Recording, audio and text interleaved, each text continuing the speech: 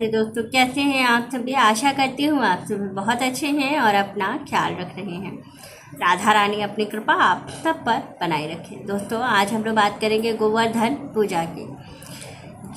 गोवर्धन पूजा जो है वो दिवाली के 5 दिवसीय त्यौहार में आता है। गोवर्धन पूजा दिवाली के ठीक दूसरे दिन की जाती है। प्रतिपदा के दिन जो है वो गोवर्धन पूजा की जाती है।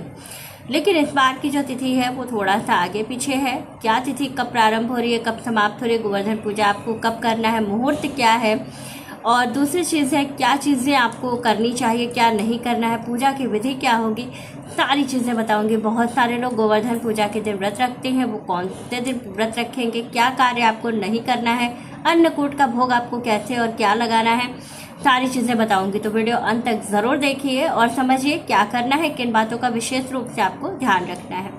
सारी चीज़ें जो बताने वाली हूँ ये गुरुजी पंडित प्रदीप मिश्रा जी ने अपनी वीडियो में बताया है, जो आपको बताने वाली हूँ। चलिए वीडियो अंत तक देखते हैं और अच्छे से समझते हैं हमें क्या करना है, किन बातों का विशेष रूप से हमें ध्यान रखना है। चलिए वीडियो शुरू कर लेते हैं। तो सबसे पहले हम लोग जान लेते हैं कि गोवर्धन पूजा, जो गोवर्धन पूजा है इसमें कृष्ण जी ने गिरिराज जी का जो पर्वत है उसको अपनी सबसे छोटी उंगली पर उठाया था 5 दिन के लिए। तब उठाया था जब इंद्रदेव क्रोधित हो गए थे और उनका बहुत ज़्यादा क्रोध बढ़ गया था, जिसकी वजह से लोगों को परेशानी होने लगी थी। तो अपने लोगों को बचाने के लिए उन्होंने क्या किया था कि अपनी सबसे छोटी उंगली पर 5 दिन के लिए गिरिराज जी को अपने सबसे छोटी उंगली पर उठाया था। तभी से इस त्यौहार का बड़ा महत्व है। और वो जो तिथि थी वो तिथि थी आपकी कार्तिक मास के शुक्ल पक्ष की प्रतिपदा। उस दिन ही कृष्ण जी ने अपनी उंगली पर गिरिराज को उठाया था, तो इसीलिए इस दिन का बहुत महत्व है। इस दिन अन्नकूट का त्यौहार भी मनाया जाता है। इस दिन कृष्ण जी को 56 प्रकार के भोगों का भोग लगाया जाता है। सबसे पहले हम जान लेते हैं कि 2025 में हमें गोवर्धन पूजा किस दिन करनी है और कैसे, पूजा का मुहूर्त क्या होगा। सबसे पहले तो प्रतिपदा की तिथि कब प्रारंभ हो रही है और कब समाप्त हो रही है। तो प्रतिपदा की जो तिथि है वो प्रारंभ होगी 21 अक्टूबर को शाम 5:54 पर और तिथि का समापन होगा 22 अक्टूबर को रात्रि 8:16 पर।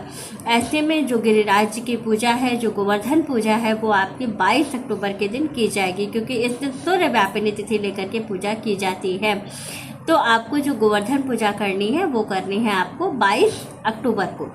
22 अक्टूबर को पूजा का मुहूर्त आपको क्या मिल रहा है। तो पूजा का जो पहला मुहूर्त आपको मिल रहा है सुबह 6:26 से लेकर के 8:42 तक का समय है।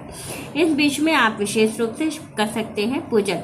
दूसरी जो पूजा है, दूसरा जो मुहूर्त आपको मिल रहा है वो दोपहर 3:29 से शुरू होकर 5:54 तक का है। इस बीच में आपको करनी है विशेष रूप से गोवर्धन जी की पूजा। अब हम जान लेते हैं पूजा की विधि। इस दिन विशेष रूप से घर के आंगन में पूजा की जाती है। पहले आंगन की अच्छे से साफ सफाई की जाती है। चाहे तो ये सारी चीज़ें आप एक दिन पहले कर सकते हैं। गोवर्धन जी की मतलब आंगन की साफ सफाई करके और गोवर्धन जी बना के रख सकते हैं, जिससे कि वो सूख जाए तो दूसरे दिन आपको पूजा करने में आसानी हो। और चाहे तो उस दिन भी आप बना सकते हैं, कोई परेशानी नहीं है। तो आप देख लीजिए कि आपको किस दिन बनाना है। फिर क्या करते हैं, सबसे पहले आंगन की साफ सफाई करते हैं, गिरिराज पर्वत बनाते हैं और बहुत सारे लोग गाय के गोबर से ही कृष्ण जी भी बनाते हैं। अगर आप बना सकते हैं तो ज़रूर बना, नहीं बना सकते हैं तो कोई परेशानी नहीं है। आप गोवर्धन बना लीजिए, जो गिरिराज जी का पर्वत है वो बना लीजिए और कृष्ण जी की मूर्ति या तस्वीर रख करके भी पूजा कर सकते हैं।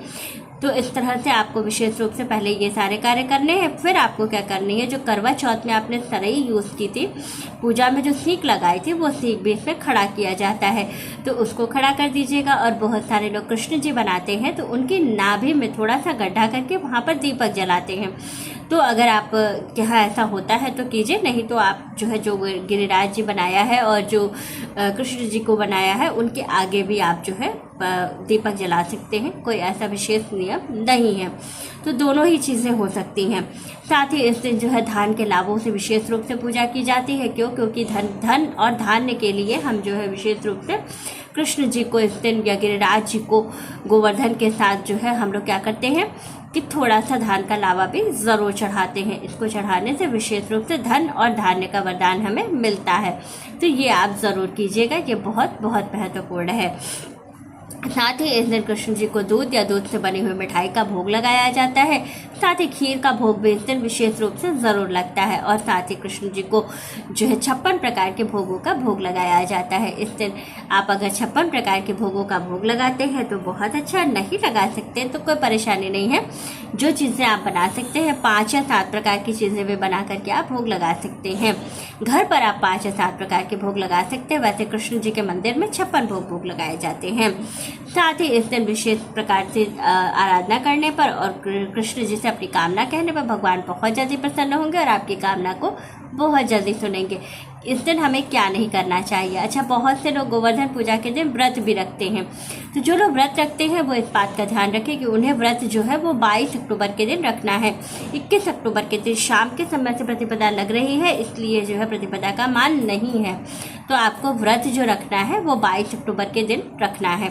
साथ ही आपको क्या करना है, व्रत के साथ साथ आपको कुछ बातों का और भी ध्यान रखना है। कौन से नियम है?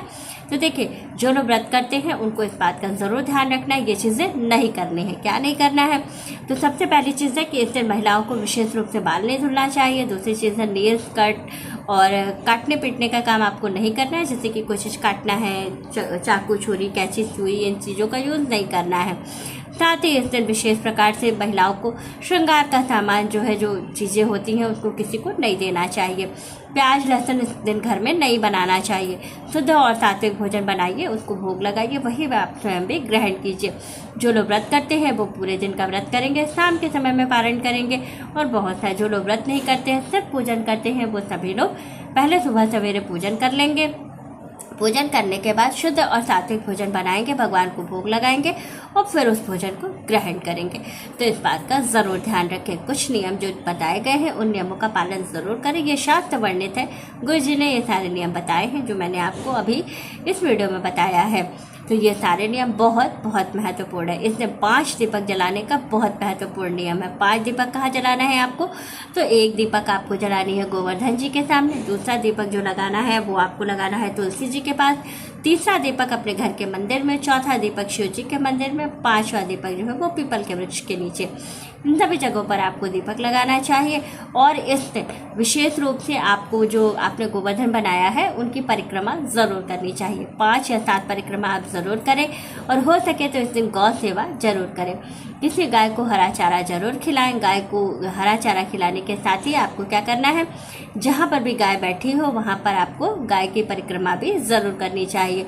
और साथ ही आपको गाय को 2 रोटी लेकर के उसमें थोड़ा सा देशी घी लगा के और 1 गुड़ रख करके गाय को जरूर खिलाना चाहिए। ऐसा करने से हमें बहुत बहुत पुण्य फल प्राप्त होता है। साथ ही कृष्ण जी को गाय बहुत प्रिय है, तो जो लोग इस दिन गाय की सेवा करते हैं उससे कृष्ण जी बहुत जल्दी प्रसन्न होते हैं और उन लोगों की कामना बहुत जल्दी पूरी हो जाती है। तो बहुत ही छोटे छोटे उपाय हैं, बहुत ही कारगर हैं, इनको ज़रूर करें। इनसे आपको 100% है कि इसका लाभ आपको ज़रूर मिलता है। तो वीडियो अच्छी लगे, जानकारी अच्छी लगे तो लाइक शेयर और सब्सक्राइब ज़रूर कीजिएगा। राधे राधे।